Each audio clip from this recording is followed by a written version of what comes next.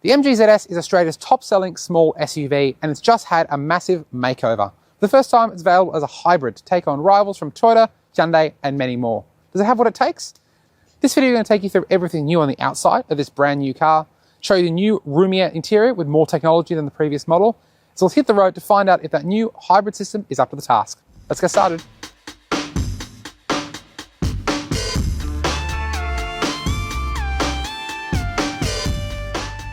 The MG ZS Hybrid Plus is priced from $33,990 drive away for the Excite and $36,990 drive away for the Essence. That's a lot more than the old ZS, which started from just $20,990 drive away. But this new model has far more equipment, more safety tech, and it's bigger with hybrid technology as standard, at least initially. Details of the petrol-only versions of the new ZS, due early next year, are yet to be confirmed.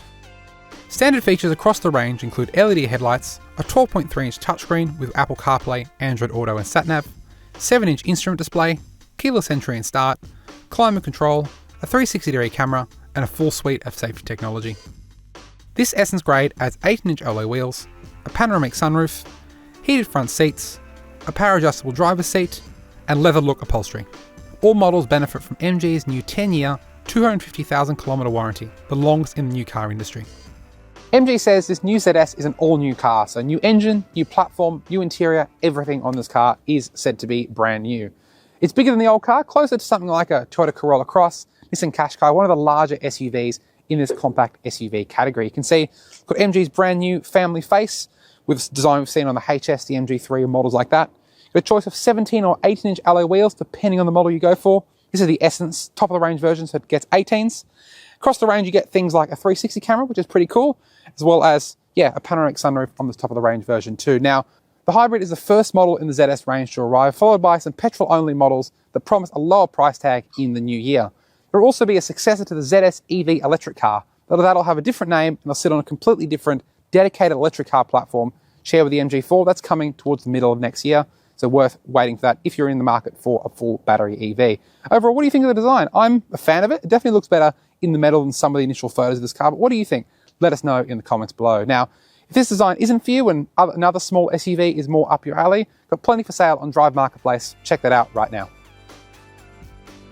Inside the new ZS, and there's a more higher tech and upmarket vibe to this car than the previous generation of this model. Now, across the range, you get a new 12.3-inch touchscreen on every version of this new ZS. Has wide Apple CarPlay and Android Auto, not wireless, which is a bit of a shame.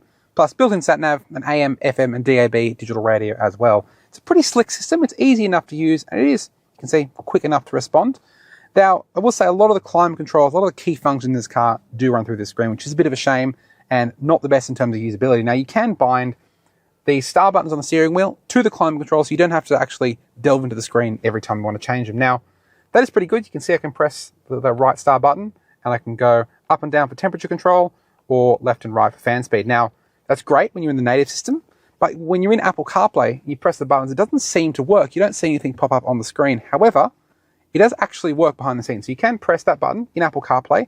It just won't show you what you're doing. So you can feel the temperature change or the fan speed change when you go into CarPlay and press that button. It doesn't show it on the screen, which is a bit of a bizarre design choice and perhaps just something MG can fix with a software update in this car in the future. But otherwise, it's a pretty nice system and pretty good to use too. Now, ahead of me here, got a 7-inch digital driver's display with speed and RPM readouts on the side as well. It's a pretty basic setup. You have some sort of flashy graphics to make it a bit more interesting, but still, what it can do, it can't do a whole lot in terms of navigation or any sort of fancy views, but you can see speed, fuel economy, all the things you'd expect of an instrument cluster, and it does the job for a car like this at this price point. Now, other than that, in this cabinet, it is a pretty nice space to be. You can see you've got some leather style materials on the dashboard, some squidgy stuff around the side, as well as on the armrests on the doors as well.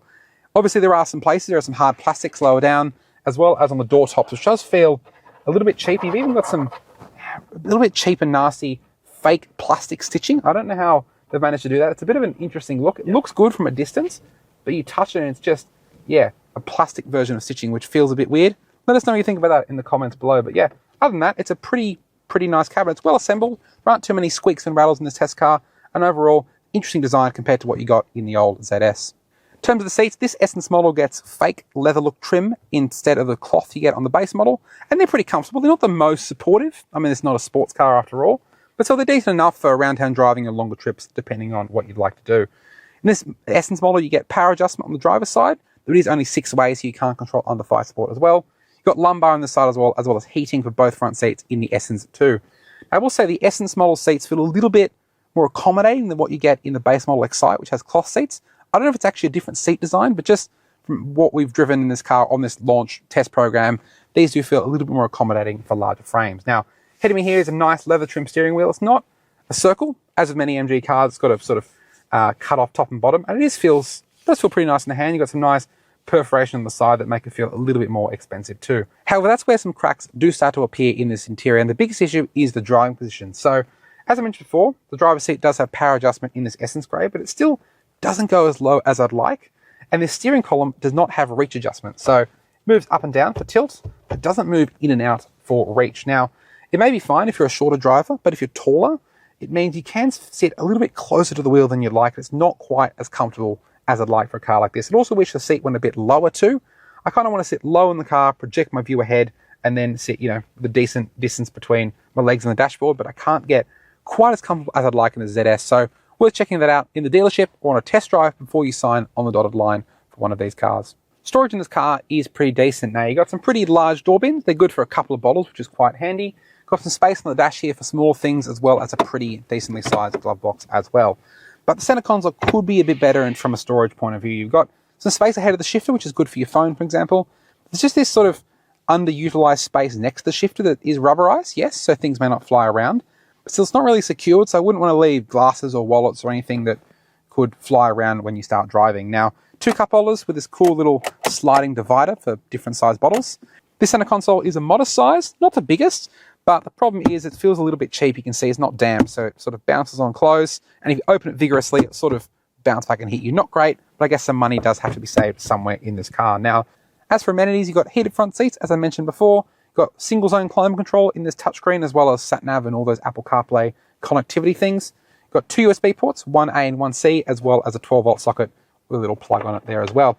Overall, this new ZS is definitely a step up over the old model, and it is a pretty nice interior in general. There are some places where something like a Corolla Cross, Nissan Qashqai, Hyundai Kona is just that one step ahead of this car in terms of presentation and technology. This new ZS is bigger on the outside than the previous car, so naturally it is pretty roomy in the back here. You can see good knee room here behind my driving position. I'm 6'1" or 186 centimeters tall.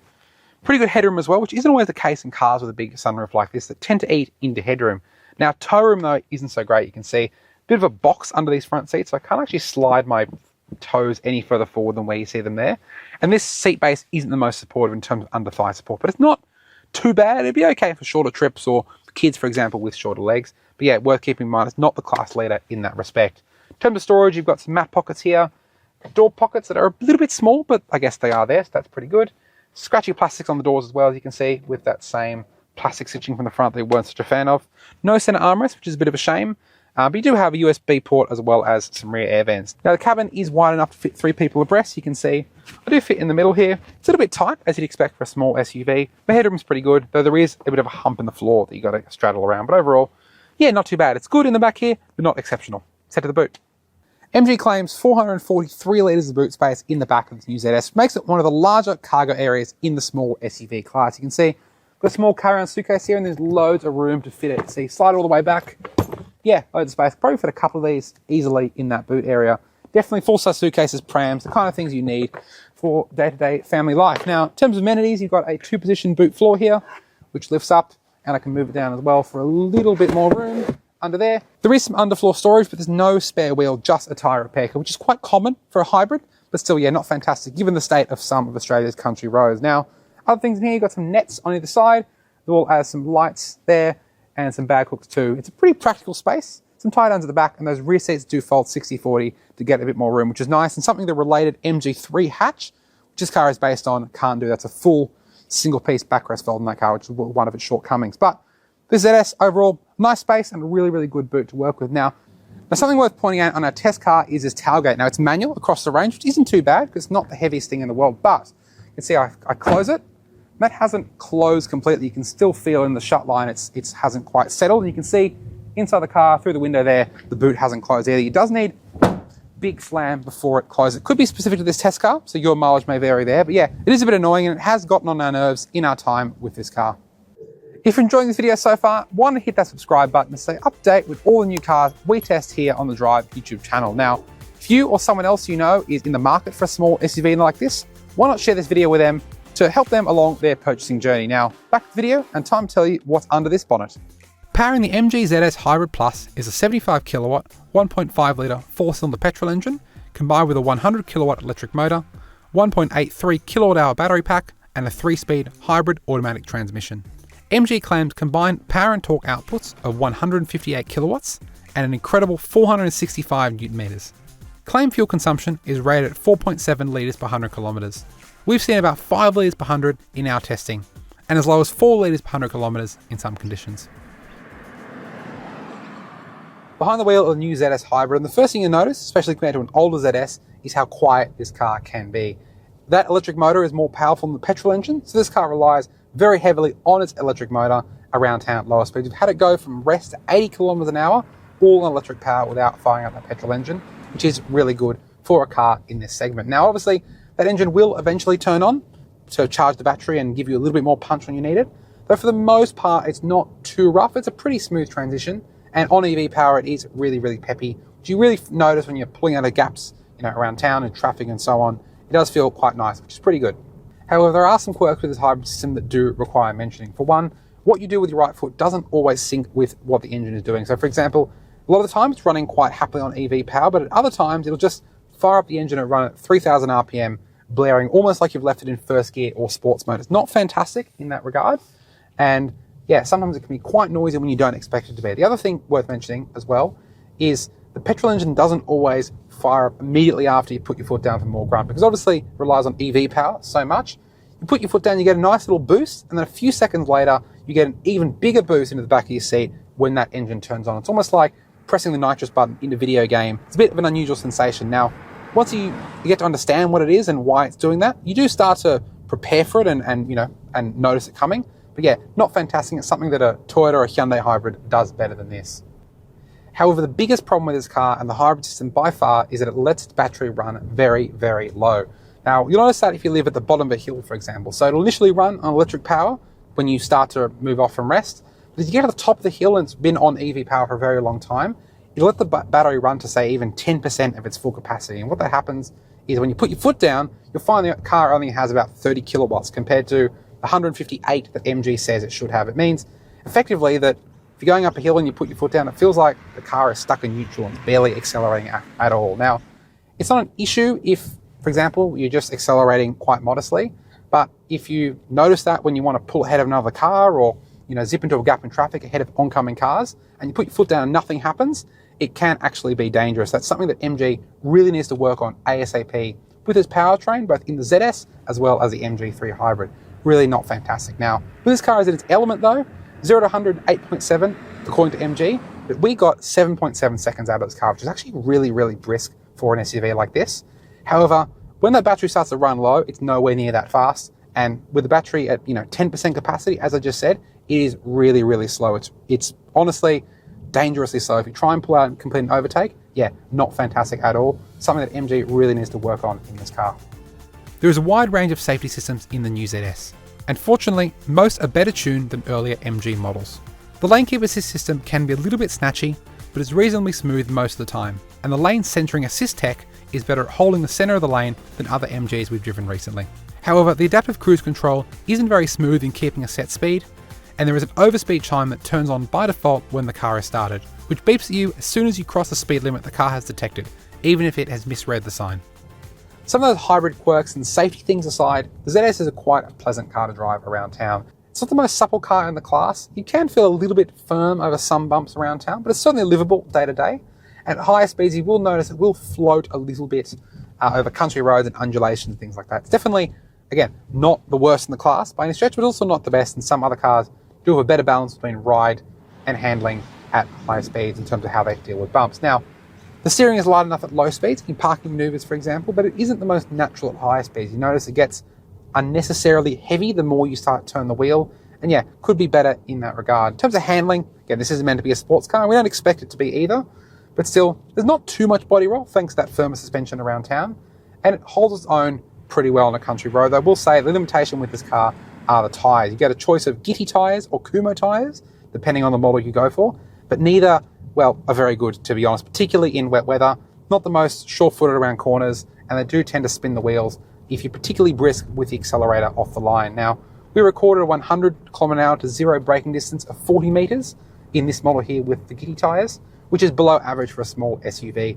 And yeah, could do better in that regard. It's a bit of a rare miss from MG, given often they'll fit very high quality European Michelin or Continental tyres to their other cars, but seemingly not this ZS. You get a choice of 3 modes for the regenerative braking system in this MG ZS hybrid. All are pretty well calibrated. None are a full 1-pedal mode that'll bring you to a full stop. But that's very common for a hybrid, not a fully electric car. And the transition from regenerative brakes to the real friction brakes, the disc brakes behind the wheels, is pretty good. It's actually, yeah, quite smooth for what is MG's first effort at a non-plug-in, closed-loop hybrid in Australia. Overall, the ZS is an easy enough car to drive around town. That hybrid system is very fuel efficient too, seeing about 5 litres per 100 kilometres in our testing. But there are some areas that could be improved, particularly in its ride and handling, to make it a bit closer to some of its rivals. If you're in the market for a new small SUV, we have tons of new and used examples for sale at dealers across the country at Drive Marketplace. Check that link on your screen now. What about the MG ZS though? Well, it's more expensive than the car it replaces, sure, but there's loads of space inside, it's got plenty of technology for the money, and that hybrid system is really, really good when it's in its element on the road. It's quite smooth and quite powerful. However, there are a few frustrations with this car. For example, that hybrid system can be a little bit inconsistent when it's not quite having its moment. The driving position isn't the best in this class, and it's not quite the most refined car to drive on the road in terms of how it rides and how it handles. But compared to some of its rivals at the lower end of the small SUV price spectrum, think Chery and GWM, this ZS presents a very compelling case. It's worth taking a long test drive on roads familiar to you to see if it fits your lifestyle. To watch a review of one of the ZS's other top competitors, click up there to watch our review of the Toyota Corolla Cross.